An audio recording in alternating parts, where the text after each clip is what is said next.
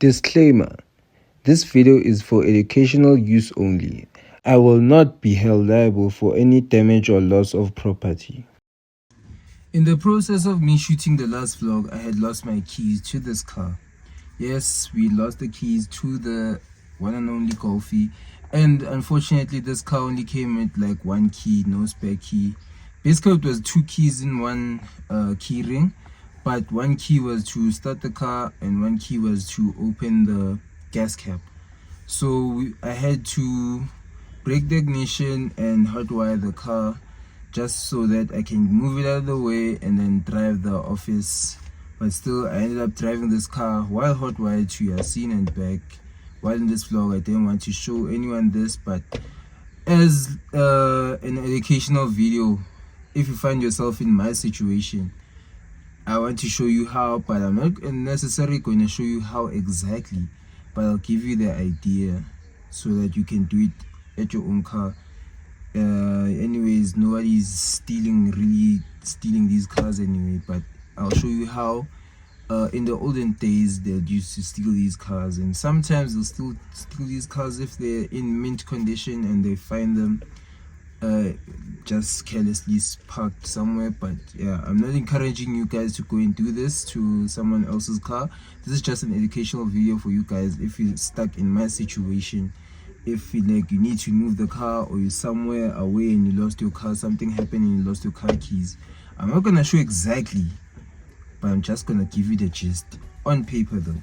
So how do your thieves gain access to your car? Well, by multiple ways actually. Either they take their time to break this handle and then somewhere actuate the little wire thing that sits around here, that it opens this, and then they put their finger in here, or just simply break the window. And then once they gain access to your car, it's just a simple matter of breaking your steering wheel lock. Breaking the steering lock is quite easily, but it's just using brute force. You just have to jerk the steering wheel and then use your brute force to turn it all the way left, which means breaking it. I already broke mine, so you turn it all the way left and then until brake turns all the way left. And then just to make sure that it's all the way broken, you turn it all the way right. Mind you, I don't have a key. Turn all the way right, and just like that your steering wheel is broken. The steering lock is broken, doesn't work anymore. You'll have to get an ignition to replace the steering lock again. Once that is said and done, they have to gain access. There's a panel that usually sits here. They have to break open this, rip open this plastic cover, and then right here is the ignition switch. Just behind this is the barrel, this is the switch just in here. You cannot get to the switch without removing the whole there's a screw that holds in the switch here, so you have to remove the whole ignition to get access to this screw right here. So what they do is they undo this plug right here. This is the plug that goes to the ignition. Undo this plug, and then you see these pins right here. After doing all that, all they need is just a few wires. They can take them from your speaker or from your head unit or from anywhere, or they can bring their own wire and then just group them together and then punch them up into a own ignition, hot wiring the car, and then that's where we'll go on paper to show you how that's done. Welcome to my lab. This is where I'll be explaining how the plug actually works, you guys. So yeah, follow along. Okay, I don't know if you can see me. You're gonna be seeing my hands for this section though.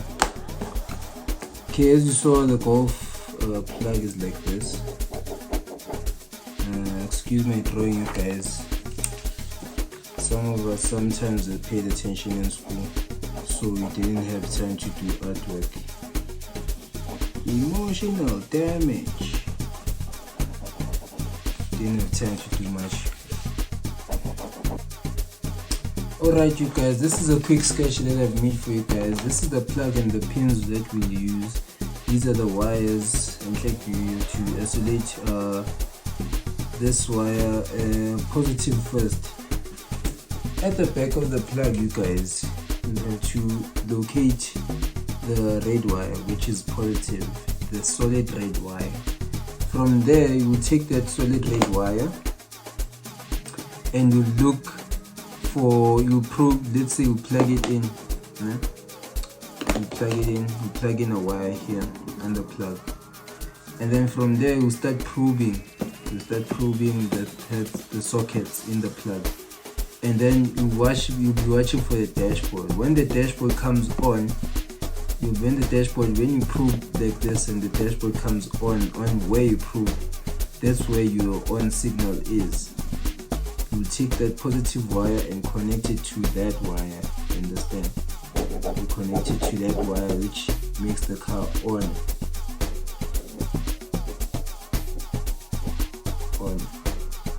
Writing backwards now, guys, which will make the car on. Then you're gonna take another wire from the positive, you guys, which is another wire. You're gonna take it from here, the positive plug, and you're gonna probe the other different plugs again, touching it. And then when you hear a click or something of sorts, you hear a click. That's the signal wire, not the signal, the pulse wire. Sorry. Yeah, you'll take this is a pulse wire. You'll take your the positive again. Okay, the positive again from the positive, and then connect it to the pulse wire. Understand? And then from there, I think you're done, guys. Then you're gonna take another wire, but this is where it's gonna get messy on one plug. It's gonna get too messy on one plug. So what I like to do is that it's either I take one wire from another wire from here, since I've already had made a traffic stop here. Rather take, because I know all these are positive, I'll take one wire here and send and probe again. Maybe take one wire because the shortest route. Take maybe one wire from here and then probe again. Probe somewhere where I didn't put any.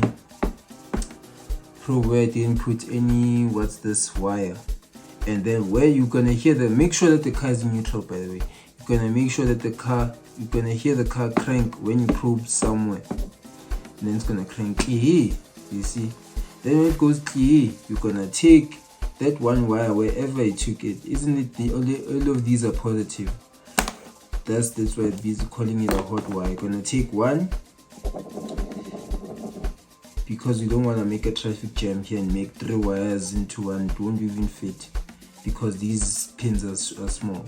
You're gonna take one and then just gonna tap it. You're not gonna make a solid connection that's like this.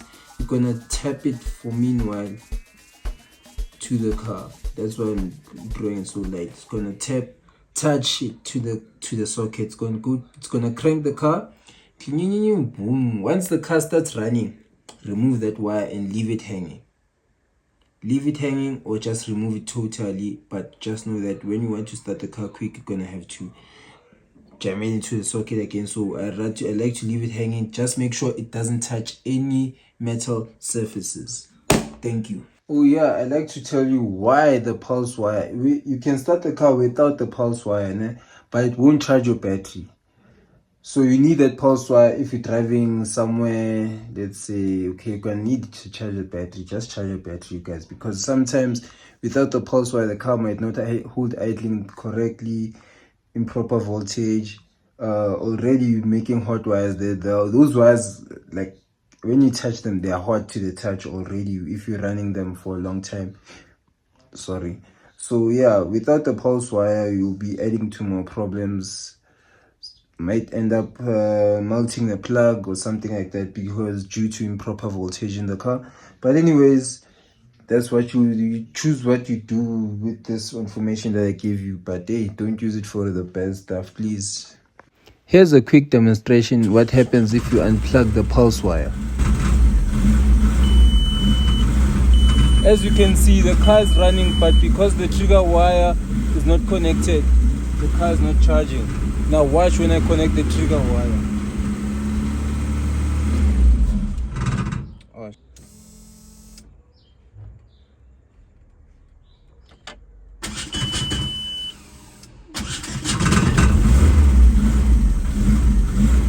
it's off. Your car is gone.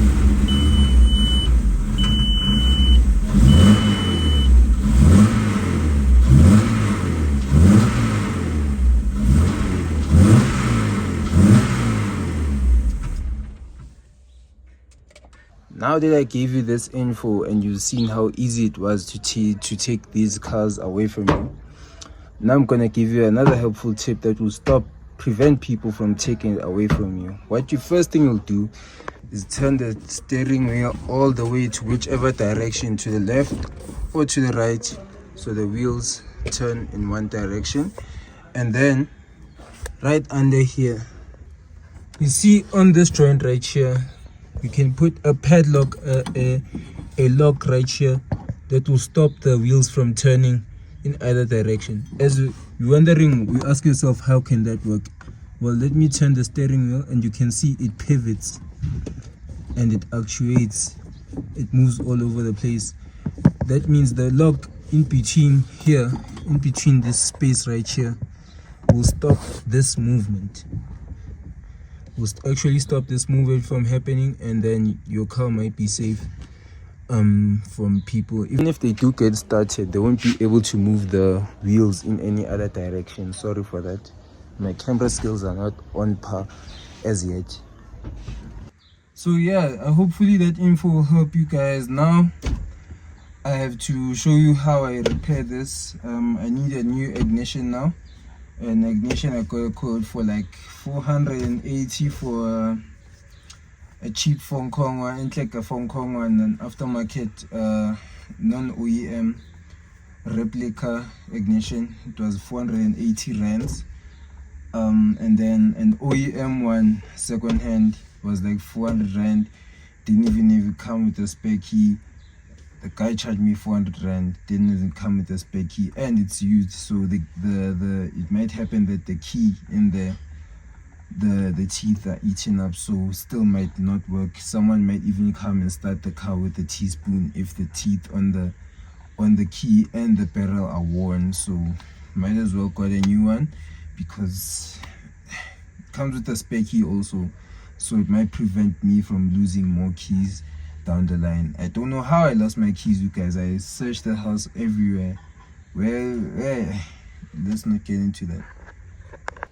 And some of you might say, no, but my car has a gear lock. This is a Golf. You just undo the bonnet, go to the links, undo that pin, remove that thing, and then select a gear that you want. You can put it in third, you can put it in second, and then you can drive it away from there, and then you can get his mate to tow him back to the wherever is the car's going, to the chop shop or wherever. So don't tell me anything about gear locks on a Golf, you guys. Don't. Let's just not. Just put the lock there the way I showed you, and then you'll be good.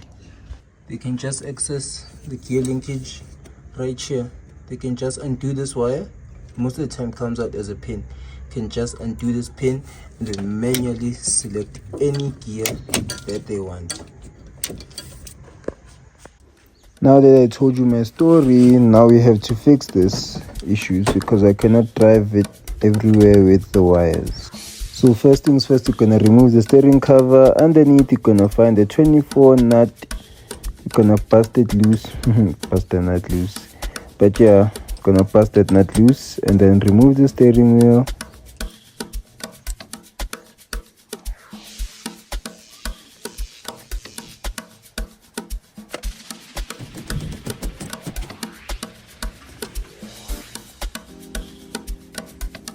Once you've removed the steering wheel, you're gonna see 3 flat head screws.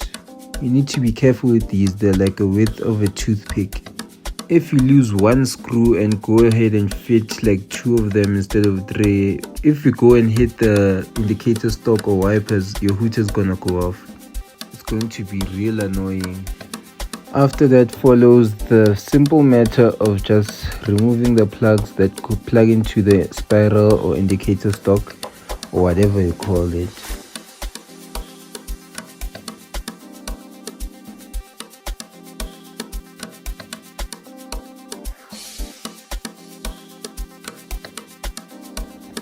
Now comes this part. I hate this part. I dread this part. I don't know who came up with this, because on the T3 on other golfs this is not on there.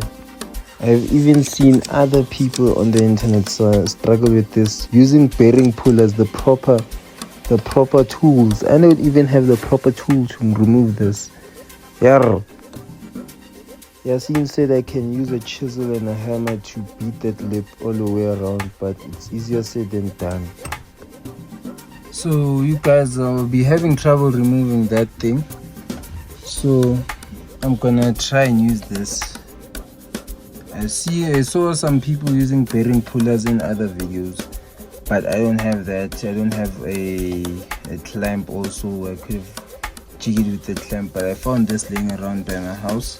This is used for, I think it's some sort of clamping tool, but it's also used as for what's this, cylinder heads, when you're reinstalling the pins for that holds the valves for the cylinder head. Yeah, so I'll be trying this. Just laying out in the rain, hope it's not seized, but it still looks new. Maybe it's the galvanizing. So yeah, I'm gonna be trying this, you guys.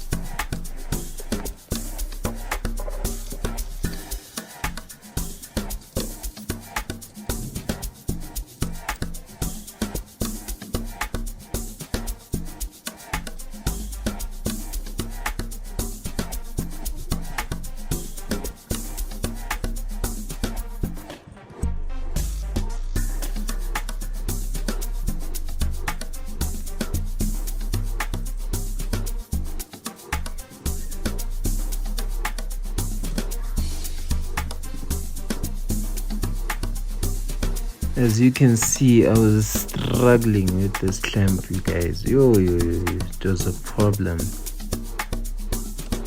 And I had tried this a few days back. I did put some WD-40 in there. I let it soak for like a week, and then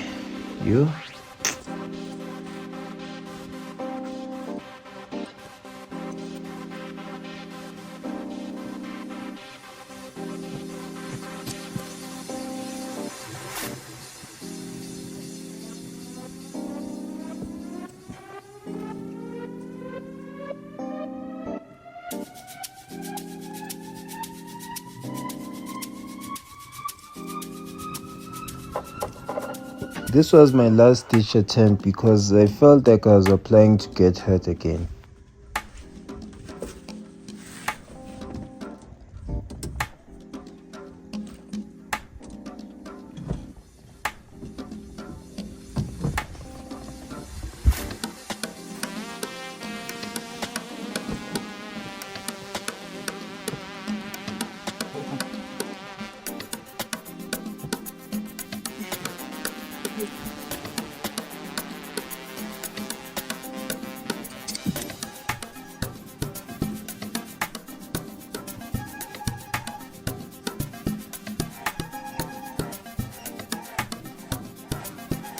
Ended up giving up on using this method.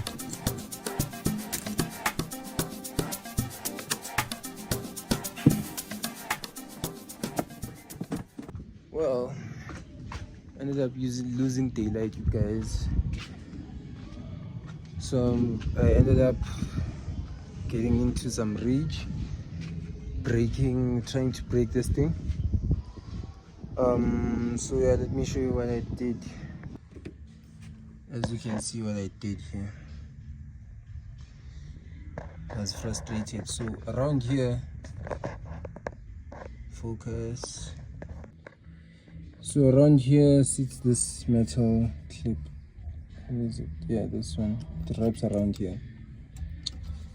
Usually other ignitions don't have it, but this one for some reason had it. Maybe they're trying to deter you from changing this barrel with this clip. So usually just punch a hole through here, and then there's a spring here that releases this thing. As you can see, it's loose but it's not coming out.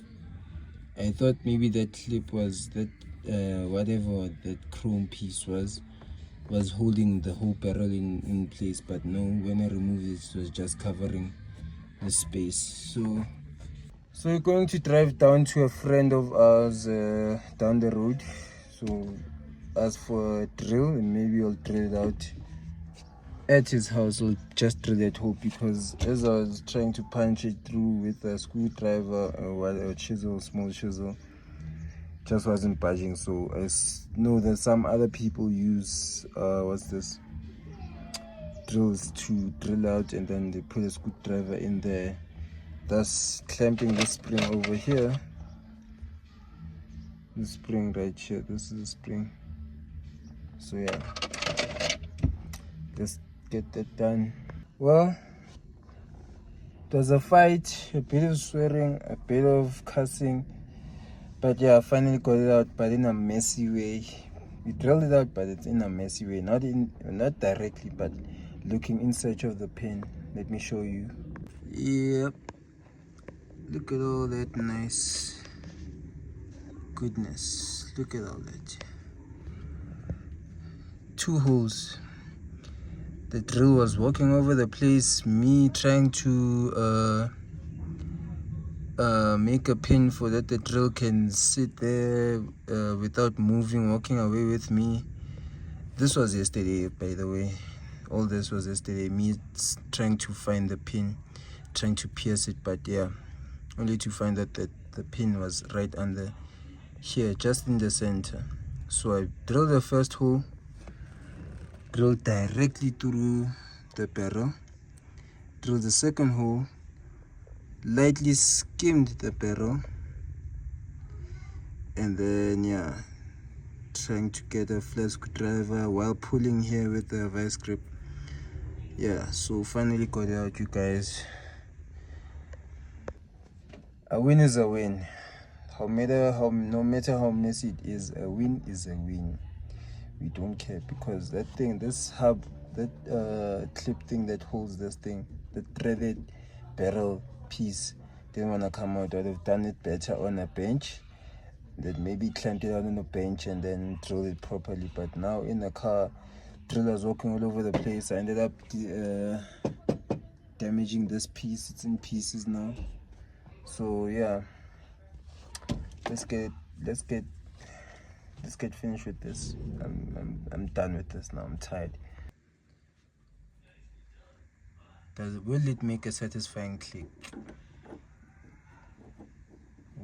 Okay.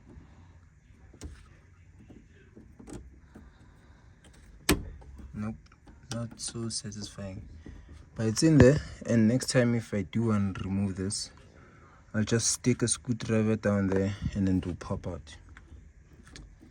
Success. Great success. So I've done this multiple times on a T3. My last T3, okay, my second last T3, I had, I think the ignition, I used to buy the whole ignition, but sometimes I used to also change the barrel because the keys were giving problems. On my second last T3 with which I did this, and like my last T3 which I did this, which was my second last T3 that I owned, you'd fit everything nicely, fit the ignition, fit everything, the ignition switch, put it back together, go and hit the key. It would only go to ignition on, no start. When you go on to start, it just didn't want to turn over to the starting position. So I hope this doesn't do that. Moment of truth, you guys. Here's the key. Hey, make sure you're neutral. Why so firm? Hey, might be having issues. Hey, nope. Let me remove this and check why. Maybe a piece might be broken down in there. Okay, so in my hand it turns. Here's the keys. Holding the key while holding a camera. So as you can see, it turns. Remove the key.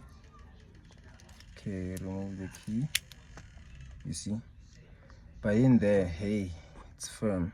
So off camera, guys, I'm sorry for doing that. Off camera, I jammed it in, and to turn it just went on, and then started to the start position, jammed it. Brought back, and then went again, went normal. So had to be worked a bit. Here's on. Okay, this is supposed to be on, but you can hear the trigger, the pulse coming on. You can hear, and then a bit on, then.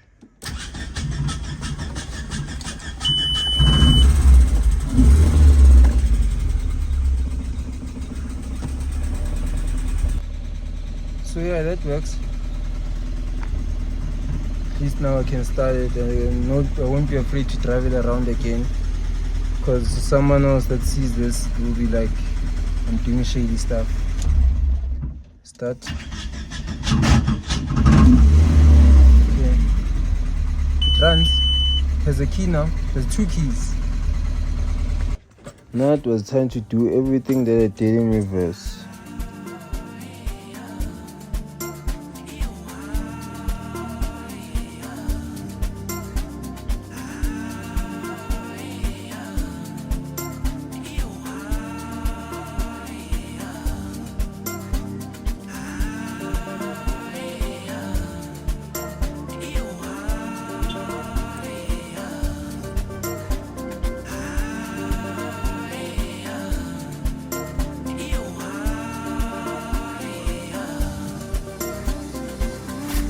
Sekwisikhathi ngikuza ngizama ukukubonisa ungafuni ukumamela uka manje uyasola bewugcwele ngemidlalo ungamameli imiyalo uzibangela inzondo ngenxa yokudida ingqondo bakhuluma labadali vili liyajika bewuyintandokazi kodwa buka manje sowuphenduka isitha bakhuzile abaphansi ngokumamela amajita oyingekho yenkosi kodwa buka manje sowugcwele ngesika sekuyisikhathi ngikuza ngizama ukukubonisa ungafuni ukumamela buka manje uyasola bewugcwele ngemidlalo ungamameli imiyalo uzibangela inzondo ngenxa yokudida ingqondo bakhuluma labadali vili liyajika bewuyintandokazi kodwa buka manje sowuphenduka isitha